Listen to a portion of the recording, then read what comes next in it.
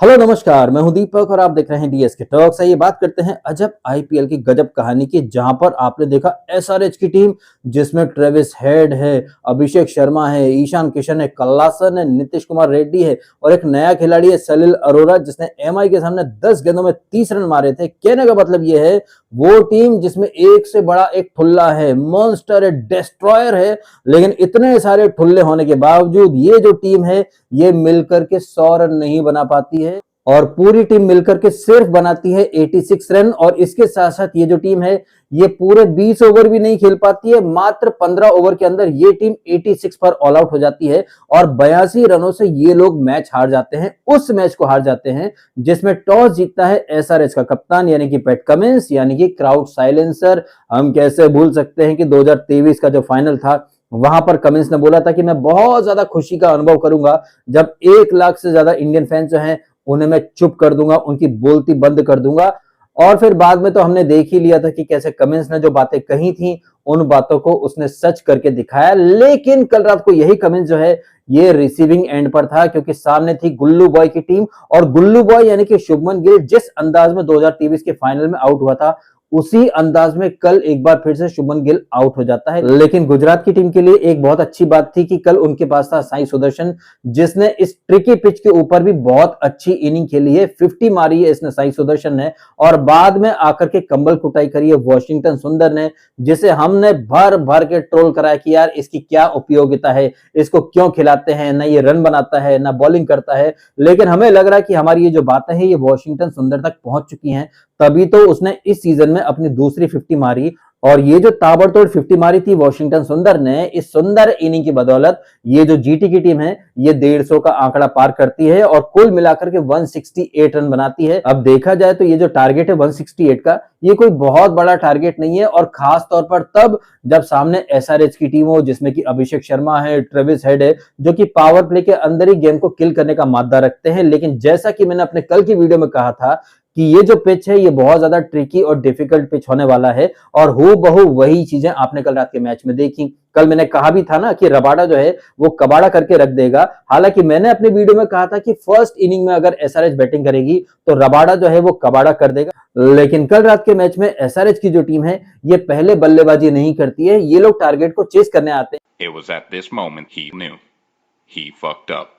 लेकिन कल का ये जो मैच था ये उसी पिच पर था, उसी डिफिकल्ट पिच पर था जिस पर कि एमआई और जीटी का मैच हुआ था, जिसमें कि एमआई की तरफ से तिलक वर्मा ने सेंचुरी मारी थी और बाद में जीटी की जो पूरी टीम है ये मिल करके तिलक वर्मा के स्कोर की बराबरी नहीं कर पाती है। कहने का मतलब ये है कि ये जो पिच था इस पिच पर एमआई ने पहले बल्लेबाजी करके मैच जीत लिया था, लेकिन उसी पिच के ऊपर जब पैट कमिंस आते हैं, टॉस जीतते हैं, तो कहते हैं कि भैया हम तो पहले फील्डिंग करने का फैसला करेंगे। यही वो पल था जहां पर यह तय हो चुका था कि एसआरएच जो है वो आज हारने वाली है, क्योंकि जैसा कि हम लोग पहले से जानते आए हैं कि एसआरएच जो है वो पहले बल्लेबाजी करते समय बहुत खुल करके खेलते हैं, लेकिन यही टीम जो है ये टारगेट चेस करते समय 10 में से 8 मैच हार जाती है। और कल रात के मैच में भी हमें वही कहानी देखने को मिली। ये एसआरएच की टीम जिसमें एक से बढ़कर एक तुर्रम खान है, ये लोग मिलकर के 168 का जो टारगेट है उसे अचीव नहीं कर पा रहे हैं। वो पिच जहां पर की बैटिंग बहुत ज्यादा डिफिकल्ट है, उस पिच पर भी आपने देखा ये अभिषेक शर्मा क्या बकवास तरीके से आउट हुआ है। उसके बाद आपने देखा ईशान किशन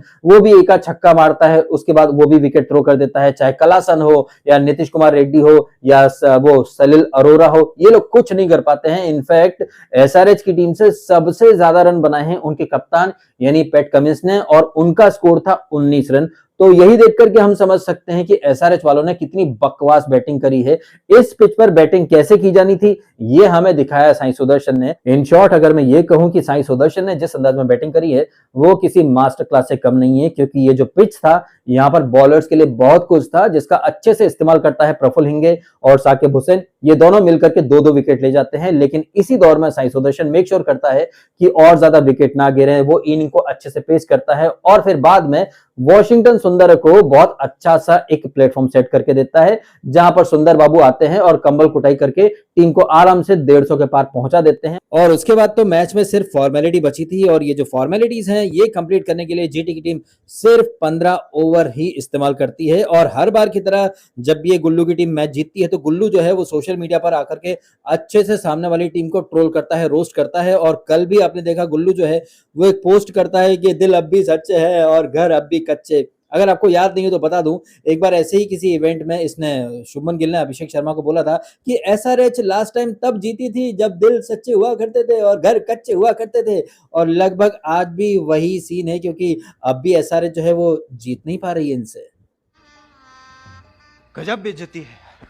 खैर इन बातों को साइड में करके अब हम सिर्फ जीटी की बॉलिंग की बात करते हैं। तो जिस अंदाज में रबाडा, ये जेसन होल्डर और ये मोहम्मद सिराज ने तो पूरा ओवर मेड इन डाला और फिर विकेट लिया था इसका ट्रेविस टुल्ले का। तो ये सब देख करके हम आराम से कह सकते हैं, ऑफिशियली कह सकते हैं कि इस आईपीएल में अगर किसी टीम के पास सबसे उम्दा बॉलिंग है तो वो जीटी की टीम है। जिस अंदाज में रबाडा, जेसन होल्डर, सिराज मतलब कहर ढा रहे हैं, अरे भाई साहब लाजवाब है ये सब देखना। और ये उस आईपीएल में हो रहा है जहां पर कि कहा जाता है कि भाई बॉलर्स के लिए कुछ भी नहीं है, सब कुछ बल्लेबाजों के लिए ही है, सारे नियम कायदे पिच उनके हिसाब से बनते हैं। लेकिन इसी आईपीएल में हमने देखा कि जेसन होल्डर और रबाडा अपना अब तक का बेस्ट परफॉर्म कर रहे हैं। और कल भी आपने देखा रबाडा और होल्डर 3-3 विकेट लेकर के चले जाते हैं, और इनके बेमिसाल प्रदर्शन की बदौलत जीटी की टीम ना सिर्फ मैच जीतती है बल्कि टेबल टॉपर बन जाती है। ऑल्दो एसआरएच की टीम हार गई है, लेकिन अब भी ये लोग टॉप 4 में चल रहे हैं। नंबर 3 पर है एसआरएच और नंबर 4 पर है पंजाब, जो कि 13 पॉइंट लेकर के नंबर 4 पर बैठी है। उनके ठीक नीचे है सीएसके,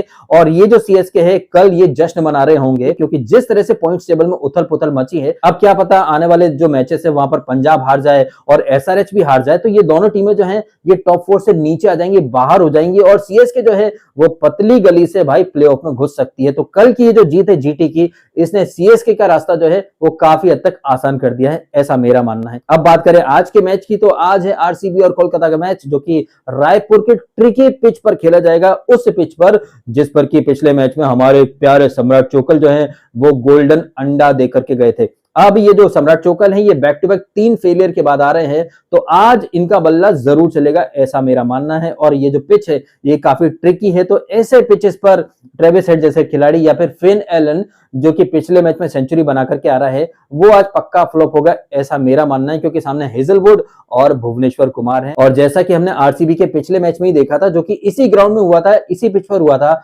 वहां पर भुवनेश्वर कुमार जो है वो तबाही मचा देते हैं। अपनी स्विंग, अपनी कला का जो प्रदर्शन है वो दमदार तरीके से करते हैं। अब आज देखते हैं कि उसी ट्रिकी पिच पर फिन एलन या रहाणे साहब या रघुवंशी साहब कुछ कर पाते हैं या नहीं कर पाते हैं। और अगर मैं सारी ही चीजें जैसे कि भुवनेश्वर कुमार की स्विंग, जोश हेजलवुड और हमारे प्यारे सम्राट चोकल जो कि 3 बैक टू बैक फेलियर के बाद आ रहे हैं, तो आज जाहिर तौर पर लॉ ऑफ एवरेज जो है वो पिक्चर में आएगा और सम्राट चोकल जो है वो आज एक मैच विनिंग परफॉर्मेंस देने वाले हैं, ऐसा मेरा मानना है। इन्हीं बातों को ध्यान में रख करके आज के मैच का प्रेडिक्शन ये है कि आज आरसीबी जीत रही है, वो भी बड़े आराम से, ऐसा मेरा मानना है।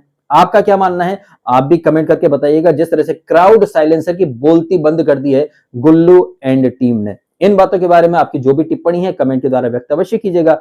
फिलहाल आपने समय निकाला, वीडियो देखा, आपका बहुत बहुत धन्यवाद। Thank you so much.